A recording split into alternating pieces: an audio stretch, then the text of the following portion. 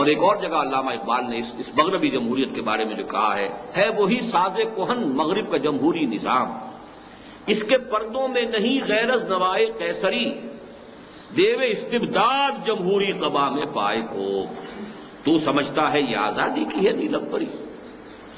اب تیسرا مشیر کہتا ہے روح سلطانی اگر رہے باقی، اگر روح سلطانی رہے باقی تو پھر کیا اضطراب، یعنی اگر یہ سوورنٹی کا کانسیپٹ، انسانی سوورنٹی اور غیر کی کھیتی کو استعمال کرنا، اس پر قبضہ کرنا، اگر یہ روح برقرار ہے تو کوئی حرج نہیں، پھر تو ٹھیک ہے، پھر تو وہی ملوکیت چل رہی ہے مگر کیا اس یہودی کی شرارت کا جواب، یہودی سے مراد یہاں پر کارل مارکس، یہودی تھا اور جرمن تھا، 1818 میں پیدا ہوا ہے، 1883 میں مرا ہے۔ جرمنی سے اس کو نکال دیا گیا اس کے باغیانہ خیالات کی وجہ سے، تو فرانس میں مقیم رہا، فرانس سے نکال دیا گیا تو انگلستان میں رہا، وہیں اس کی موت واقع ہوئی ہے۔ داس کیپیٹال ایک بڑی کتاب لکھی ہے، وہ گویا کہ سرمایہ داری کو اس نے ٹارگٹ بنایا ہے۔ تو روح سلطانی رہے باقی تو پھر کیا اضطراب ہے، مگر کیا اس یہودی کی شرارت کا جواب، وہ کلیم بے تجلی، وہ مسیح بے سلیم۔ اب دیکھیے یہ وہی انداز ہے، نیز پیغمبر والے کے اندر بغل دارت کتاب داس کیپیٹال۔ یہ میری آج شام کی تقریر کا مین موضوع ہے، جو انجمن کا سالانہ اجلاس آج ہونے والا ہے، کہ دو چیزوں سے انقلاب برپا ہوا، دنیا کا عظیم ترین انقلاب، ایک کتاب قرآن، ایک اس کے معلم محمد صلی اللہ علیہ وسلم، یتلو علیہم آیاتہ ویزکیہم ویعلمہم الکتاب والحکمہ۔ یہاں اس کو ذہن میں رکھیے، پیغمبر تو وہ نہیں ہے یہودی، کتاب تو ہے اس کے پاس، اور کتاب یقیناً بہت گہری فلسفے کی کتاب، بڑی مدلل کتاب، بڑے بڑوں کو چکرا دینے والی کتاب، پوری تاریخ کی ایک نئی تعبیر کرنے والی کتاب، اس میں کوئی شک نہیں۔ وہ کلیم بے تجلی، وہ مسیح بے سلیم، کلیم حضرت موسیٰ علیہ السلام، مسیح حضرت عیسیٰ علیہ السلام، مطلب یہ کہ اس لیول پر لے کے جا رہا ہے کہ جہاں تک اس کا معاملہ ہے تاثیر کا، وہ تو اس حد تک جا رہا ہے، نیز پیغمبر بنے کے اندر بغل دارت کتاب۔ کیا بتاؤں کیا ہے کافر کی نگاہ پردہ سوز، مشرق و مغرب کی قوموں کے لیے روز حساب، اس سے بڑھ کر اور کیا ہوگا طبیعت کا فساد، توڑ دی بندوں نے آقاؤں کے خیموں کی تناب، مزدوروں نے اور تلپٹ کر کے رکھ دیا۔ زار روس کو 1917 میں جلا وطن کیا، پہلے اسی ترکستانی، روسی ترکستانی علاقہ جو ہمارا ہے، اور پھر اس کو وہاں پہ گولی مار دی گئی، شہنشاہیت کا تو ختم ہو گیا، تو ہماری تو بساط الٹ رہی ہے۔ پھر یہ کہ اس میں چونکہ یہ معاملہ بھی تھا کہ جو ابتدائی اس کا جو فرور تھا وہ امپیریلسٹ نہیں تھا، اس میں یہی تھا کہ دنیا کی ہر قوم کو آزادی ہونی چاہیے، دنیا کی ہر قوم کو اپنے وسائل کو استعمال کرنا چاہیے، تو یہ تو ہماری ساری بساط جو ہے الٹ دے گا۔ جمہوریت سے تو ہمیں اندیشہ نہیں، مغربی جمہوریت تو ٹھیک ہے، وہ تو ہم نے خود ہی اس کو بپتسمہ دیا ہے، خود ہی ہم نے اس کو جو ہے پردہ اس کے اوپر ڈالا ہے، لیکن یہ کہ یہ واقعتاً ایک چیز ہے کہ جو خطرناک ہے۔ چوتھا مشیر کہتا ہے توڑ اس کا رومت الکبریٰ کے ایوانوں میں دیکھ۔ رومت الکبریٰ روم، اب یہ روم جو ہے ایک زمانے میں قبل مسیح کی جتنی سلطنتیں دنیا میں قائم ہوئی ہیں، یعنی آج سے 2000 سال پہلے کی عظیم ترین مملکت روم کی تھی، یارک سے لے کے بغداد تک، یارک برطانیہ، بغداد، اور تبریز سے لے کر موراکو تک، 3 بر اعظموں پر محیط، پورا شمالی افریقہ، پورا یورپ اور مغربی ایشیا کا بھی ایک بڑا چنک، اتنی عظیم سلطنت۔ اور یہ جو رومت الکبریٰ ہے، اس میں جو فاشسٹ تحریک اٹھ چکی تھی اور مسولینی ابھرا تھا بڑی شدت کے ساتھ، قوت کے ساتھ، اور وہ اب تازہ کرنا چاہ رہا تھا وہی سیزر، آل سیزر کو دکھایا ہم نے پھر سیزر کا خواب۔ سیزر ہی لفظ اصل میں عربی میں قیصر بنا ہے، سیزر سی سے لکھا جاتا ہے تو وہ کاف بن گیا قیصر ہے۔ تو یہ سیزر جو بہت بڑی ایک یوں سمجھیے کہ ایک ہستی تھی رومن امپائر کی، ہم نے ان کی نسل کو پھر خواب دکھا دیا کہ دوبارہ ایک وسیع مملکت قائم کرو، پھر کنگڈم قائم کرو. مسولینی کو تو ہم نے توڑ تو پیدا کر دیا. اگر ادھر سے اشتراکی انقلاب آ رہا ہے تو ادھر سے فاشسٹ تحریک بھی اٹھ رہی ہے کہ نہیں؟ تو گویا کہ ہم نے ملوکیت کو دوبارہ زندہ کرنے کا پورا بندوبست کر دیا ہے، اور اس اشتراکیت کا گلا گھونٹنے کا بندوبست عین اس کے اپنے یورپ کی سرزمین میں کر دیا ہے. توڑ اس کا رومت الکبریٰ کے ایوانوں میں دیکھ. آل سیزر کو دکھایا ہم نے پھر سیزر کا خواب. کون بحر روم کی موجوں سے ہے لپٹا ہوا، گاہ بالغ چوں صنوبر گاہ نالت چوں رباب. اب یہ مسولینی کی شخصیت کی طرف ہے کہ ایک طرف تو یہ کہ بہت وہ جوش دلاتا تھا پوری قوم کو، ایک بڑی عسکریت پیدا کر دیتا تھا، جیسے کہ صنوبر کا درخت ہوتا ہے بہت اونچا، اور کبھی جو ہے اس کے اندر ایک سوز و ساز کی سی کیفیت ہوتی تھی. اس طریقے سے سوز و ساز کے ذریعے سے وہ اپنی قوم کو ابھار کر اس مقام تک لے آیا. لیبیا فتح کیا، اس کے بعد جو ہے حبشہ پر حملہ کیا ہے.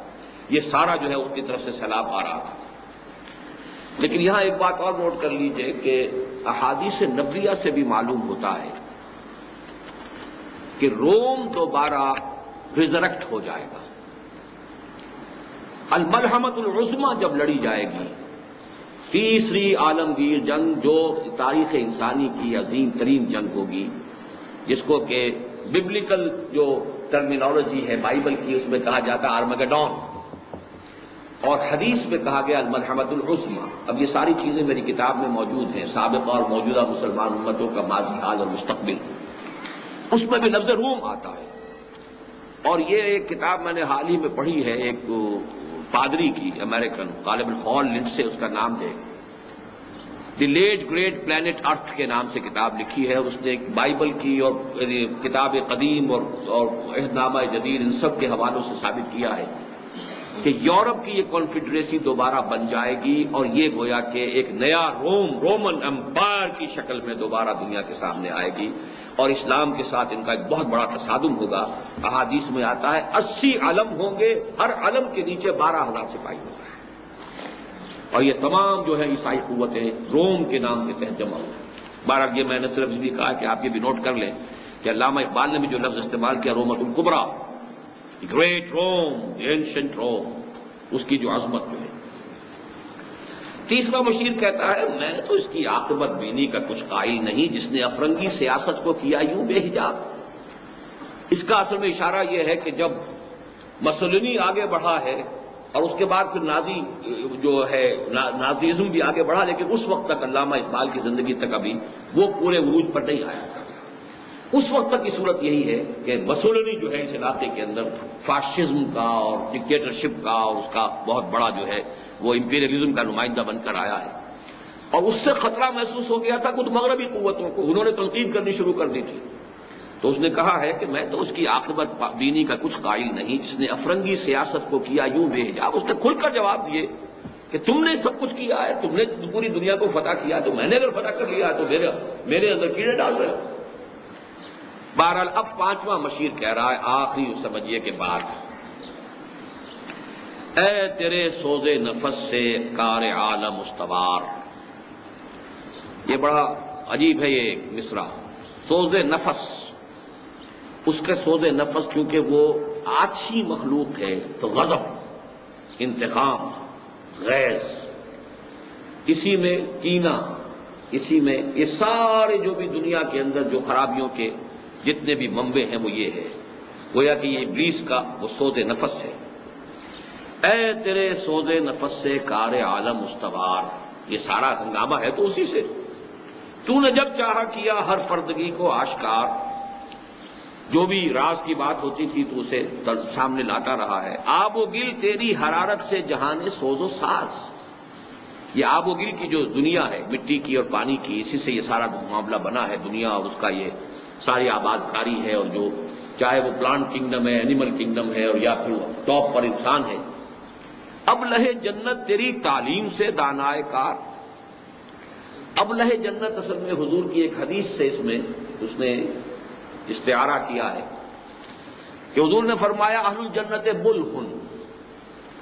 جنتی لوگ بڑے سادہ لوح ہوتے ہیں. واقعہ یہ ہے کہ میں نے بھی کئی حضرات کو اپنی تجربہ دیکھا ہے، بہت سے لوگ ہوتے ہیں ایسے انتہائی سیدھے اور سادہ.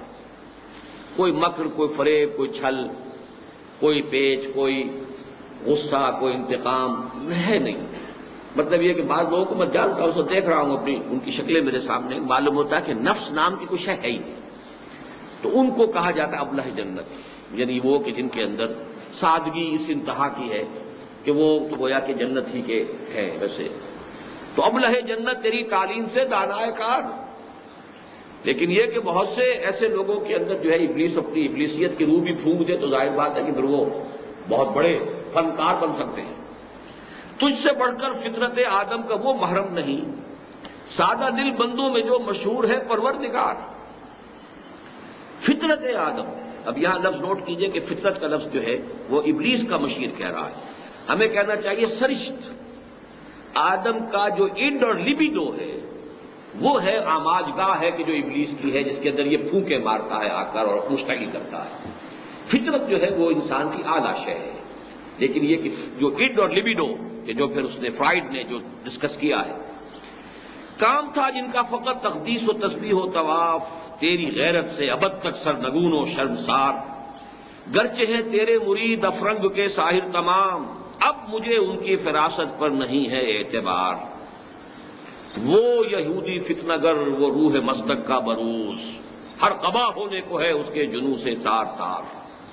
اب اس پس منظر میں دیکھیے کہ 1917 کا انقلاب جو روس کا شروع ہوا تھا، 1937 تک وہ اپنے کلائمیکس کو پہنچ گیا۔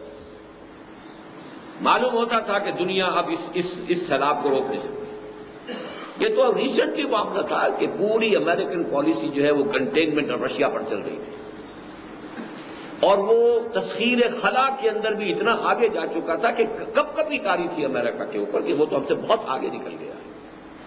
پھر یہ کہ وہ تو بیٹھا ہوا ایشیا کے اندر، اگر اس کے ٹینک جو ہیں وہ چند گھنٹوں کے اندر ایران اور یہ اور افغانستان میں پہنچ جائیں گے، اور ہمیں تو لگیں گے کئی دن اپنی فوجیں وہاں پہنچانے میں۔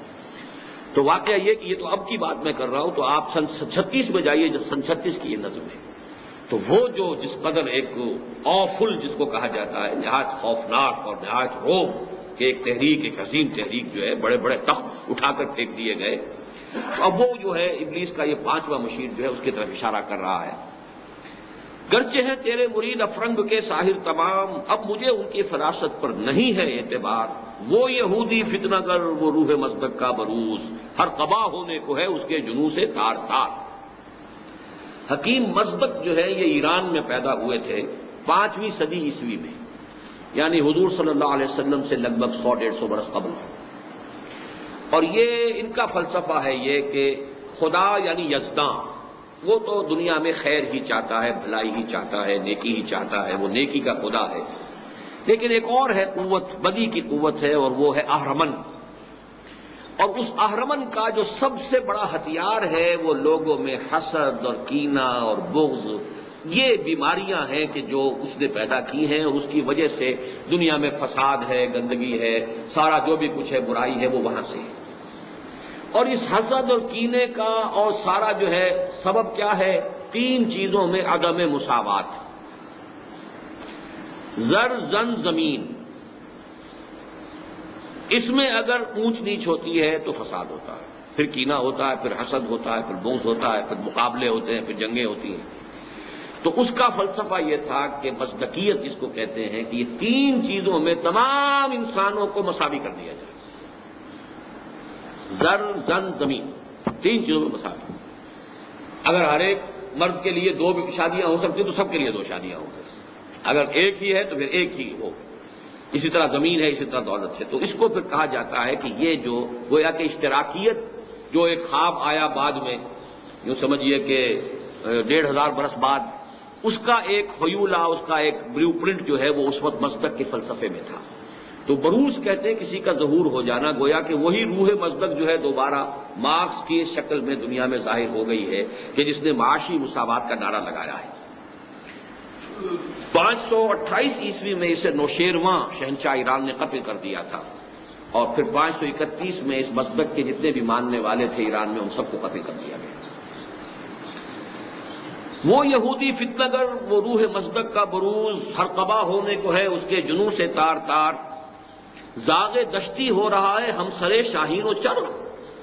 یہ مزدور اور یہ کسان اور یہ جاگیرداروں کے اور یہ گویا کہ کوا جو ہے شاہین کے برابر ہو رہا ہے، یہ تو تلپٹ ہو جائے گی ہماری ساری بساط. ہم نے جو کچھ بھی اپنا مکر کا جال پھیلایا تھا ختم ہو کر رہ جائے گا. کہاں غلامی، کہاں محکومی، سب ختم ہوئی بات. زاغ دشتی ہو رہا ہے ہم سر شاہین و چرو. کتنی سرعت سے بدلتا ہے مزاج روزگار. چھا گئی آشفتہ ہو کر وسعت افلاک پر، جس کو نادانی سے ہم سمجھے تھے ایک مشت غبار. ہم سمجھے تھے کہ یہ صرف ایک جو ہے مٹی کی، کہ ایک مٹھی بھر مٹی ہے، یہ تو پوری دنیا کے اوپر چھا گئی. فتنہ فردا کی ہیبت کا یہ عالم ہے کہ آج کانپتے ہیں کوہسارو مرغزارو جوئے بار. لرزہ طاری ہے. جیسے کسی وقت حضرت عمر فاروق رضی اللہ تعالیٰ عنہ کے عہد خلافت میں لرزہ طاری تھا کیسر و کسریٰ کے ایوانوں میں، ایسے کمیونزم نے لرزہ طاری کر دی. مغربی امپیریلزم کے لیے لرزہ اور کیپٹلزم کے لیے لرزہ. بھی پیغام ایسا تھا، اتنا انقلابی تھا کہ اس میں اسے ابلیس کے 5ویں مشیر کو محسوس ہو رہا ہے کہ ہماری تو سارا جو بھی مکر کا جو بھی جال ہم نے بچھا رکھا ہے اور ساری ہماری بساط تلپٹ ہو کر رہ جائے گی. میرے آقا وہ جہاں زیر و زبر ہونے کو ہے، جس جہاں کا ہے فقط تیری سیادت پر مدار. اب جو خون ذرا گرم ہوا ابلیس صاحب کا، تو اب ابلیس صاحب کا آخری یہ پریزیڈنشل ایڈریس ہے کہ یہ ہے میرے دستے تصرف میں جہان رنگ و بو. وہی لافزنی جو انوگرل ایڈریس کے شروع میں کے آخر میں تھی، اب یہ جو آخری کنکلوڈنگ لیکچر ہے، کنکلوڈنگ ایڈریس ہے، اس کے شروع میں ہے میرے دستے تصرف میں جہان رنگ و بو. کیا زمین، کیا محرمہ، کیا آسمان توبتو. دیکھ لیں گے اپنی آنکھوں سے تماشا غرب و شرق، میں نے جب گرما دیا اقوام یورپ کا لہو. نوٹ کیجئے 38 میں اقبال کا انتقال ہوا ہے اور اس کی کتنے بعد، 3 سال بعد دوسری عالمگیر جنگ چھڑ گئی. دیکھ لیں گے اپنی آنکھوں سے تماشا غرب و شرق، میں نے جب گرما دیا اقوام یورپ کا لہو. کیا امامان سیاست، کیا کلیسا کے شیوخ، سب کو دیوانہ بنا سکتی ہے میری ایک ہو. یہ سارے بڑے بڑے. یہاں تو مجھے پھر ذکر کر دوں آپ سے کہ ایک کتاب جو کینیڈا میں چھپی ہے، pawns in the game, William Guy Carr کی، جس کا فلسفہ یہ ہے کہ ایک ابلیسی قوت ہے، شیطانی قوت ہے لوسیفر. اس لوسیفر کے جو انسانوں کے اندر ایجنٹ ہیں وہ ہے زائنسٹ، جو انہوں نے پہلے آرڈر آف ایلومیناٹی بنایا 1776 میں. پھر یہ تمام جو فری میسن اور یہ لاج اور فلاں لاج اورینٹ اور یہ اور وہ، اور پھر زائنزم جو ہے 1897 سے اس کی تحریک. یہ پورا نظام جو ہے، کیا امامان سیاست، کیا کلیسا کے شیوخ، سب کو دیوانہ بنا سکتی ہے میری ایک ہو. کارگاہ شیشہ جو نادا سمجھتا ہے اسے، توڑ کر دیکھے تو اس تہذیب کے جام و صبح. یہ میرا اتنا کمزور نہیں ہے، یہ تانا بانا جو میں نے گنا ہوا ہے. دست فطرت نے کیا ہے جن غریبانوں کو چاک، مستقی منطق کی سوزن سے نہیں ہوتے رفو. یہ ہے وہ بہت اہم شعر کہ فطرت نے چونکہ مساوات نہیں رکھی ہے، اس کریشن میں کہیں مساوات نہیں ہے، بیلنس ہے، وزن، توازن، مساوات نہیں ہے. مساوات تو انسان کی ذہنی صلاحیتوں میں نہیں ہے، یک رنگی جو ہے ان کی شکلوں میں نہیں ہے، جینز مختلف ہیں، مرد اور عورت کا فرق ہے. تو یہ تو فرق ہے. کوئی قوی جسہ لے کر آتا ہے، کوئی پیدائشی طور پر بیچارہ کمزور ہوتا ہے، اس کے اندر زیادہ محنت اور مشقت کا مادہ نہیں ہوتا. تو دست فطرت نے کیا ہے جن غریبانوں کو چاک، مزدقی منطق کی سوزن سے نہیں ہوتے رفو. چاہے وہ حکیم مزدق تھا اور چاہے وہ اب حکیم جو ہے مارکس ہو، ان کی ان فلسفوں سے وہ جو فرق ہے، فرق و تفاوت ہے، وہ ختم ہونے والے نہیں ہیں. یہ فرق و تفاوت جو ہے، جیسے کہ قرآن مجید میں اختلاف کے بارے میں بھی کہا گیا ہے، وَلَا يَزَالُونَ مُخْتَلِفِينَ إِلَّا مَن رَحِمَ رَبُّكَ وَلِذَٰلِكَ خَلَقَهُ. اختلاف تو رہے گا دنیا کے، اختلاف ختم ہو جائے تو پھر بات یہ سارا ہنگامہ ہی ختم ہو جائے گا، یہ ساری رونقیں ختم ہو جائیں گی. تو فرق و تفاوت اور اختلاف یہ تو ایک رول ہے، بس اس کو حدود میں رہنا چاہیے. اس کے لیے جو ہے کچھ games, rules of the game ہونے چاہیے، حدود سے تجاوز نہیں ہونا چاہیے، وغیرہ وغیرہ. مولانا بات ہو جائے گی. کب ڈرا سکتے ہیں مجھ کو اشتراکی کوچہ گرد، یہ پریشاں روزگار آشفتہ مغز آشفتہ ہوں.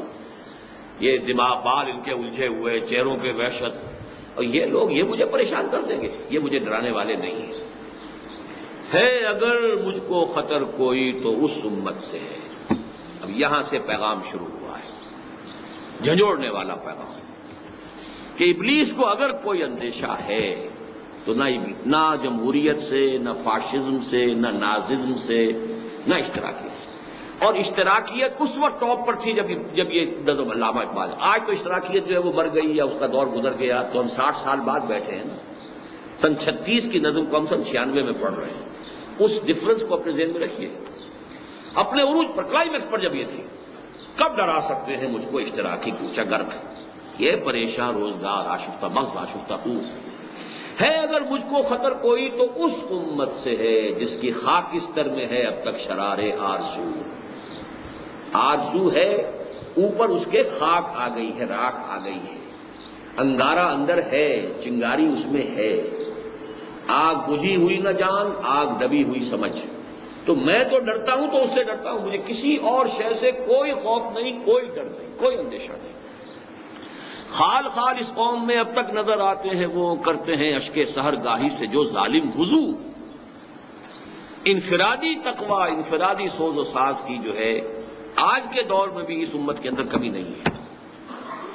اصل مسئلہ یہ ہے، خال خال ایسے لوگ بھی ہیں، جانتا ہے جن پہ روشن باطن ایام ہے، مستقیت فتنہ فردا نہیں اسلام۔ میرے لیے خطرے کے اگر کوئی معاملہ ہے، کوئی چیلنج ہے، تو وہ مستقیت سے نہیں ہے، وہ اشتراکیت سے نہیں ہے، وہ جمہوریت سے نہیں ہے، وہ اجتماعیت سے نہیں ہے، وہ سرمایہ داری سے نہیں ہے، وہ ہے اسلام سے۔ اب اس کا یہ جو نظم کے اندر کئی اتار چڑھاؤ آئیں گے، خطرہ تو ہے، لیکن اس خطرے میں اب اس کا دل کا دلاسا دینے والی چیزیں کون سی ہیں؟ جانتا ہوں میں یہ امت حامل قرآن نہیں۔ میرے لیے امید کی بات اگر ہے تو وہ یہ ہے کہ اس امت نے قرآن کو بند کر کے ٹھپ کر کے رکھ دیا، جزدانوں میں ہے مسلمانی در کتاب اور مسلمانہ در گور۔ جانتا ہوں میں یہ امت حامل قرآن، اس لیے کہ اصل طاقت تو قرآن تھی، اصل اعلی انقلاب محمد کا قرآن تھا صلی اللہ علیہ وسلم، جہاد پر ابھارنے والا قرآن تھا، سرمایہ داری کی مذمت کرنے والا قرآن تھا۔ قرآن اس نے بند کر دیا، یہ بہت غنیمت ہے۔ جانتا ہوں میں یہ امت حامل قرآن نہیں۔ آج شام کو یہ اس موضوعات پر گفتگو ہوگی، جو حضرات بھی چاہیں آج 7 بجے ہمارا انجمن کا سالانہ اجلاس ہے، اس میں تشریف لائیں۔ قرآن آڈیٹوریم میں ہے وہی سرمایہ داری بندہ مومن کا دین، وہی زر پرستی، وہی دولت پرستی، وہی سود خوری، وہی سارا معاملہ، وہ اس نے بھی وہ پورا کا پورا دین اختیار کر رکھا ہے، اس پنجے کے اندر بھی پوری طریقے سے وہ پھنسا ہوا ہے۔ جانتا ہوں میں کہ مشرق کی اندھیری رات میں بے ید بیضا ہے پیران حرم کی آستین۔ پیران حرم کی آستین کے اندر وہ حضرت موسیٰ والا ہاتھ نہیں ہے جو دمکتا ہو چمکتا ہو جب نکلے، بے ید بیضا یعنی روحانیت سے خالی ہو۔ لفظ ہیں، دھواں دھار تقریریں ہیں، لفاظی ہے، جو کچھ ہے، لیکن ید بیضا نہیں۔ نہ عصائے موسیٰ قرآن ہے جو معجزہ تھا حضرت موسیٰ علیہ السلام کا، در بغل داری کتاب زندگی، جیسے حضرت موسیٰ کو اللہ نے فرمایا تھا تمہارے بغل میں عصا موجود ہے، پھینکو تو صحیح، کیوں ڈر رہے ہو؟ لا تخف الق ما فی عصاک ما فی یدک الق عصاک۔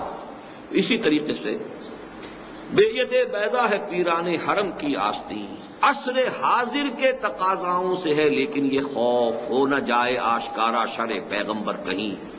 یہ اس کا سب سے بڑا اس نظم کا مرکزی شعر ہے، اس اعتبار سے کہ سوشل ایوولوشن کا جو پروسیس انیشیٹ کیا تھا محمد الرسول اللہ صلی اللہ علیہ وسلم سے، جس کو ٹیک اوور کیا ہے ویسٹ نے، یہ پروسیس اپنی منطقی انتہا کو پہنچ کر محمد کے دین تک لوگوں کو پہنچا دے گا۔ یہ بات جو ہے بہت گہری ہے اور علامہ اقبال کے فکر و فلسفے کے اندر بڑے مرکزی نقطے کی شے ہے۔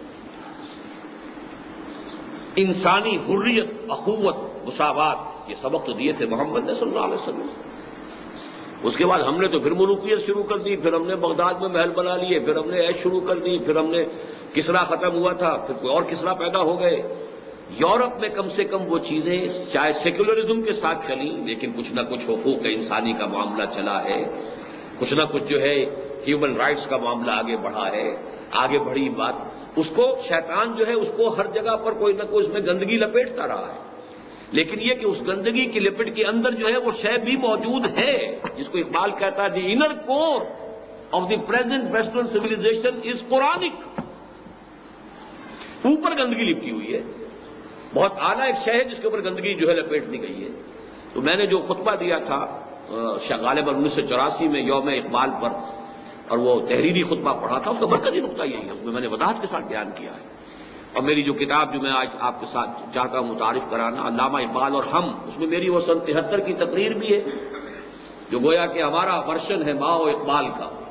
اور پھر یہ کہ میرا وہ خطبہ بھی شامل ہے اس کے اندر، اور بھی کئی چیزیں. پروفیسر یوسف سلیم چشتی کے 2 بہترین مضامین جو علامہ اقبال کی زندگی میں لکھے گئے کہ اقبال کا پیغام کا خلاصہ کیا ہے اور اقبال کے فلسفے کا خلاصہ کیا ہے. تو یہ ساری چیزیں جو ہے علامہ اقبال اور ہم نامی کتاب جو ہے وہ آج جسے آپ کہا کرتے رونمائی کتاب کی، ہماری کتابوں کی رونمائی بھی وہ کہیں ہوٹلوں میں نہیں ہوتی ہے، وہ مسجدوں میں ہوتی ہے. تو عصر حاضر کے تقاضاؤں سے ہے لیکن یہ خوف، یعنی یہ کہ یوں سمجھیے کہ جدلی مادیت کسے کہتے ہیں. خالص مادی سطح پر بھی یہ عمل چل رہا ہے کہ کوئی ایک نظریہ یا خیال آیا، نظام آیا، وہ خیال کی سطح پر آیا، اس کا ایک رد عمل پیدا ہوا. اب وہ عمل اور رد عمل، تھیسس اور اینٹی تھیسس نے جڑ کر ایک نئی شکل اختیار کر لی، اور وہ یقیناً پہلے سے بہتر ہے. لیکن چونکہ ہدایت آسمانی کے تابع نہیں ہے، لہذا کسی اور اعتبار سے اس میں خرابی پیدا ہو گئی. اب وہ خرابی پھر اپنے انڈے بچے دے گی. اب یہ تھیسس بن کر اینٹی تھیسس کو جنم دے گا، اینٹی تھیسس پھر ٹکرائے گا، پھر آگے بڑھیں گے، پھر ایک قدم اوپر جائے گا معاملہ. تو یہ خود ڈائلیکٹیکل میٹیریلزم جو ہے رفتہ رفتہ اقبال کہہ رہا ہے، یہ تو اس قریب آ گیا ہے کہ ہو نہ جائے آشکارا شر پیغمبر کہیں. They have come very near. مجھے یہاں وہ لطیفہ یاد آ گیا ہے، ایک انگریز ڈی سی کے بارے میں واقعہ بیان ہوا ہے یہ کہ اس کو کسی نے، انگریز زمانے میں ڈپٹی کمشنر ہوتے تھے، کسی نے نیٹو نے یہاں کے کوئی رشوت پیش کی. اس نے ڈانٹ دیا بہت کہ نہیں غلط کہا، میں یہ رشوت نہیں لیتا. اس پیش کرنے والے نے کچھ اور رقم بڑھا دی، کچھ اور رقم بڑھا دی، کئی مرتبہ رقم بڑھتے بڑھتے اس جگہ آ گئی کہ اب اس نے کہا جاؤ فوراً نکل جاؤ یہاں سے، اس لیے کہ اب تم میری قیمت کے قریب پہنچ گئے.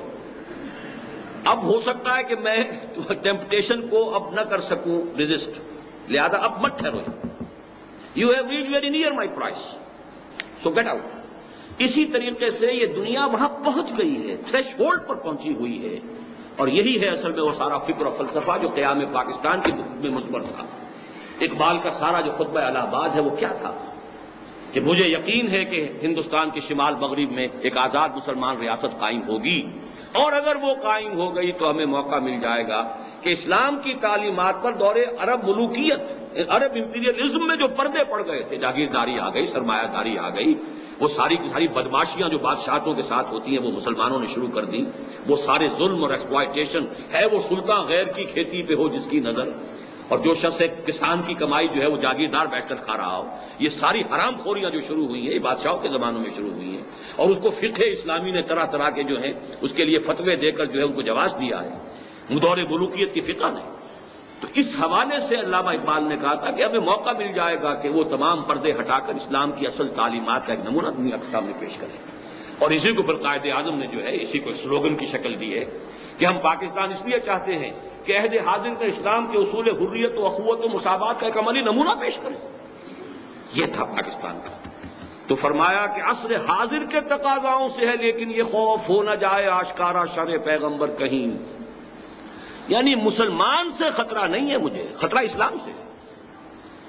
مسلمان کے کرنے سے شاید یہ نہ ہو، لیکن یہ جو پروسیس ہے سوشل ایوولوشن کا، اور یہ میٹیریل جو ڈائلیکٹکس ہیں، خود یہ قریب جا رہے ہیں ادھر.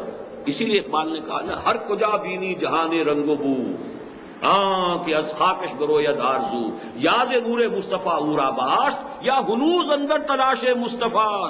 یہ جا رہا ہے پورا پروسیس کشا کشا، چاہے یا نہ چاہے یہ مصطفیٰ ہی کے راستے کی طرف جا رہا ہے. منزل تو آخری ہوئی ہے، منزل ماں کبریاست.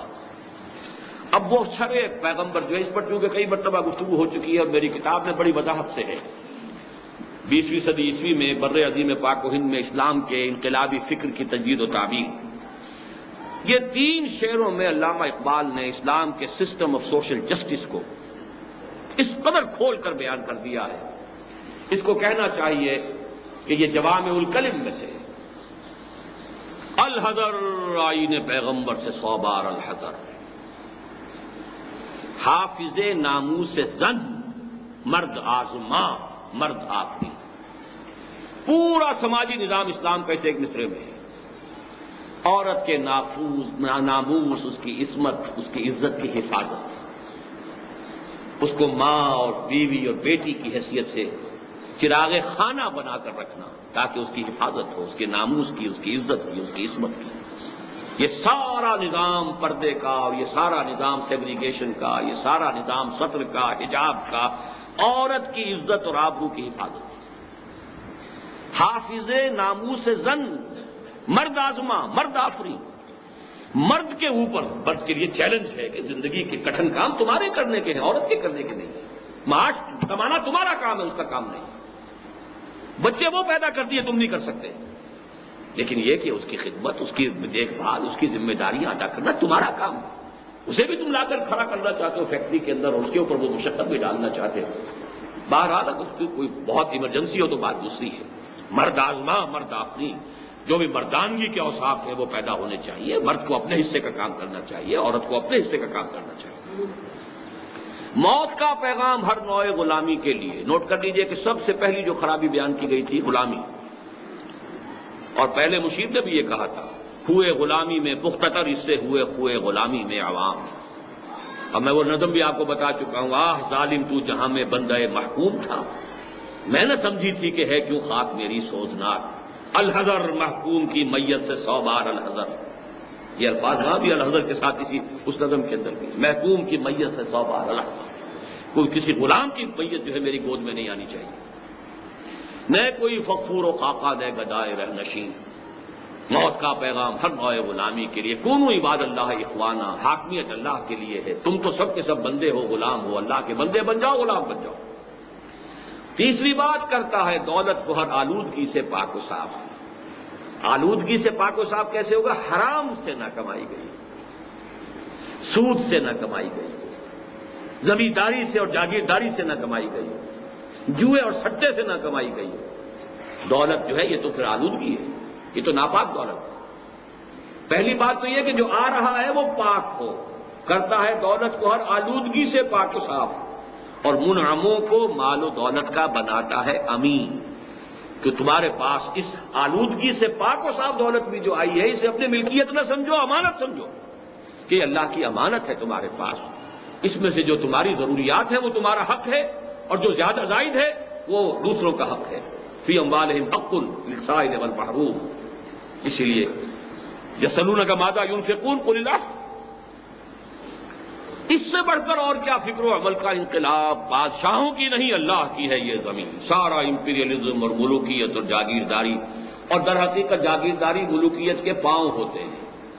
جیسے کنسلا ہوتا ہے، اس کے سینکڑوں پاؤں ہوتے ہیں، تو ایک بادشاہ کے سینکڑوں پاؤں ہوتے ہیں جاگیردار جو۔ چشم عالم سے رہے پوشیدہ یہ آئیں تو خوب۔ یہ غنیمت ہے کہ خود مومن ہے محروم یقین، غنیمت ہے ابھی یہ۔ مومن کو اپنی دولت کا پتہ ہی نہیں ہے، اسے یقین ہی نہیں ہے، وہ دوسروں کے پیچھے مارا مارا پھر رہا ہے۔ وہ ثقافت مانگتا ہے کہیں ہندوستان سے اور کہیں انگلستان سے، وہ کوئی نظام مانگتا ہے تو کبھی مانگتا ہے روس سے اور کبھی مانگتا ہے امریکہ سے۔ اس کے پاس ہے، اسے معلوم ہی نہیں، محروم یقین ہے۔ اس کے پاس جو کچھ ہے اسے اس کا شعور نہیں، اسے اس کی حیثیت نہیں معلوم ہے۔ یہی بہتر الہیات میں الجھا رہے، یہ کتاب اللہ کی تعمیلات میں الجھا رہے۔ یہ لگا رہے الہیات کے جو مسئلے ہیں، فلسفیانہ مسئلے ہیں، اور کتاب اللہ کی تعویلات آگے پیچھے۔ اب اس ایک شعر کی جو ہے یہ گویا کہ اگلی بند میں، آخری بند میں شرح ہے۔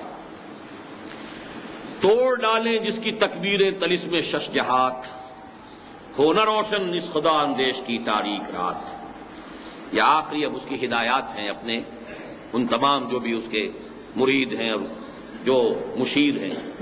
پہلا کام تو یہ ہے اس مسلمان اللہ سے ڈرنے والے مسلمان کی رات تاریک ہی رہنی چاہیے، ہو نہ روشن اس خدا اندیش کی تاریک رات۔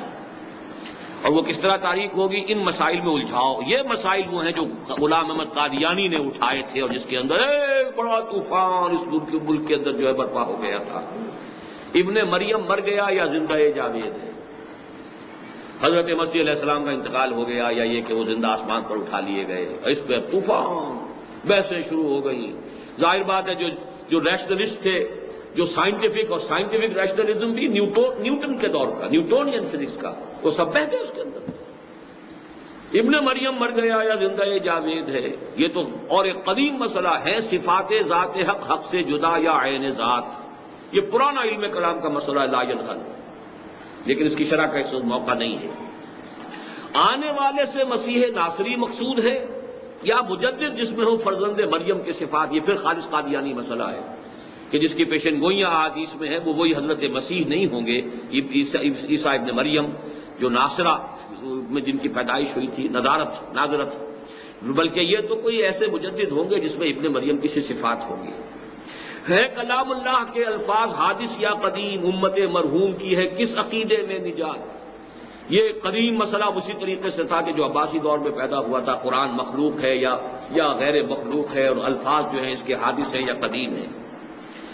کیا مسلمان کے لیے کافی نہیں اس دور میں یہ الہیات کے ترشے ہوئے لات و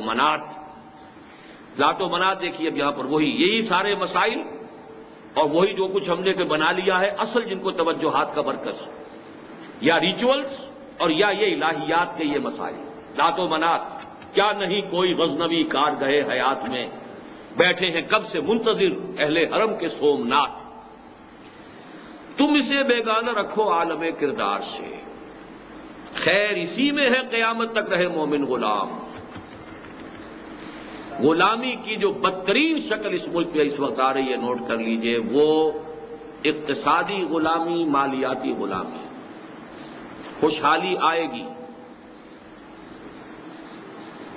billions and billions of dollars آئیں گے، خوشحالی ظاہری، ہر شخص سود کے اندر جکڑا ہوا ہوگا، ہر شخص کولو کے بیل کے طریقے سے کام کرے گا۔ کولو کے بیل کو بھی کچھ نہ کچھ تو کھانے کو دینا ہی پڑتا ہے، وہ دیا جائے گا، لیکن سارا خون نچوڑ کر جو ہے وہ ورلڈ بینک اور IMF اور ان کے ذریعے سے یہودی لے جائے گا، چوز کر لے جائے گا۔ یہ نظام ہے کہ جس کے ہم گرفت میں پورے طور پر آ چکے ہیں، اور وہی ورلڈ بینک اور IMF کے گماشتے ہیں جو اصل میں اس وقت حکومت کر رہے ہیں۔ ہماری ساری ڈیٹیلڈ اب پالیسیز ان کی بن رہی ہیں۔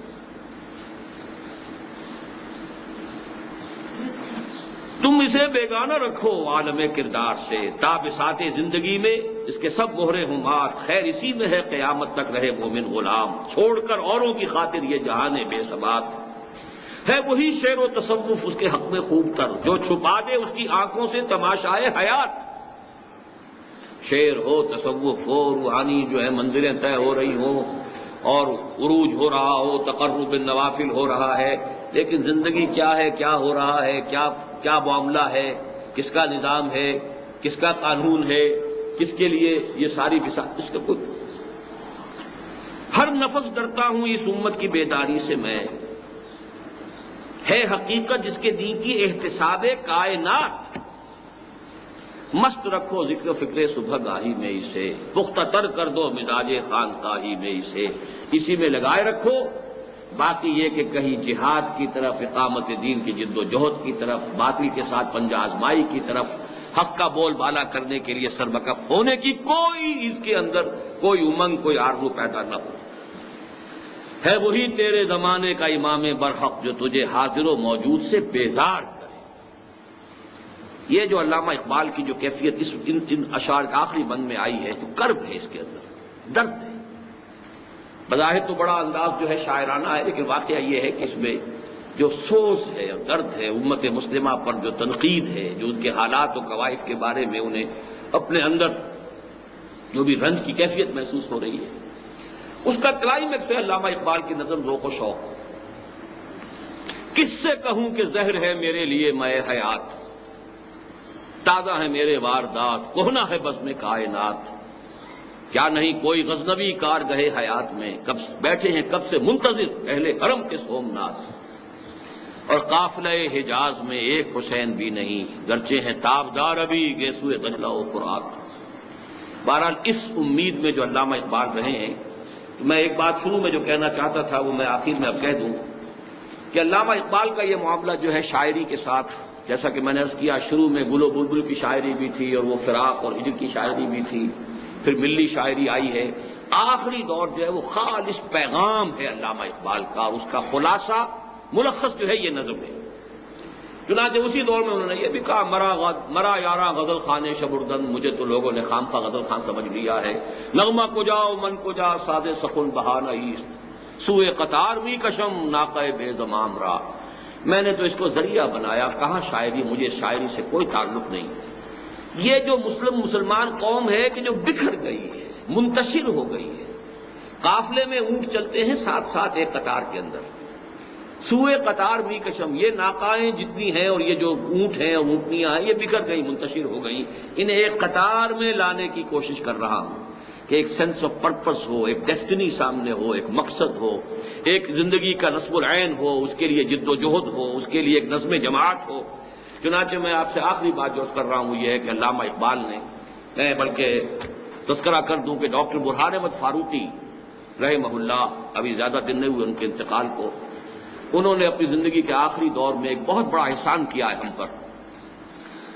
انہوں نے کچھ خط و کتابت ریلیز کی ہے ایک کتاب کی شکل میں، جو 7 فرینڈز کالونی ملتان روڈ سے مل سکتی ہے، جو آل پاکستان ایجوکیشن کانگریس کا ایک مرکز ہے، اس سے ثابت ہوا ہے کہ بالکل انہی ایام میں جبکہ علامہ اقبال نے یہ نظم کہی ہے، وہ بیعت کے اصول پر ایک خالص دینی جماعت بنانے کی تیاری کر رہے تھے۔ یعنی مسلم لیگ کے لیے جو کام کیا انہوں نے، جس نہج پر کیا، وہ سب کو معلوم ہے، لیکن وہ خط و کتابت جو ہوئی ہے اس کے لیے باقاعدہ بیعت نامہ تیار ہو گیا ہے اور اس کے لیے سارے میدان ہموار ہو چکا تھا، لیکن بعد میں کچھ اپنے ساتھیوں کی طرف سے ان کی کم ہمتی سے بدل ہو کر وہ بات رہ گئی، لیکن وہ پوری تفصیل کہ سوئے قطار بھی کشم ناقہ بے زمام را، کہ بیعت کی بنیاد پر، اور خاص طور پر نفی کی ہے یہ جمہوری ادارے اور اس طرح کی جماعتیں بنانا، یہ بالکل غلط کام ہے۔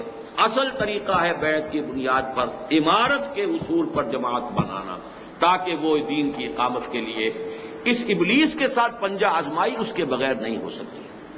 ایک ایسی جماعت کہ جو ایک شخص سے بیعت کر کے سم و طاعت فی المعروف کے رشتے کے اندر منسلک ہو چکی ہے، اس کے بغیر ابلیسی قوتوں کا مقابلہ ناممکن ہے۔ وقت اگرچہ زیادہ ہو گیا ہے، میں 15 منٹ آپ کے اور دوں گا، پھر دو جمعوں کی چھٹی آپ کو دے رہا ہوں۔ اس کے بعد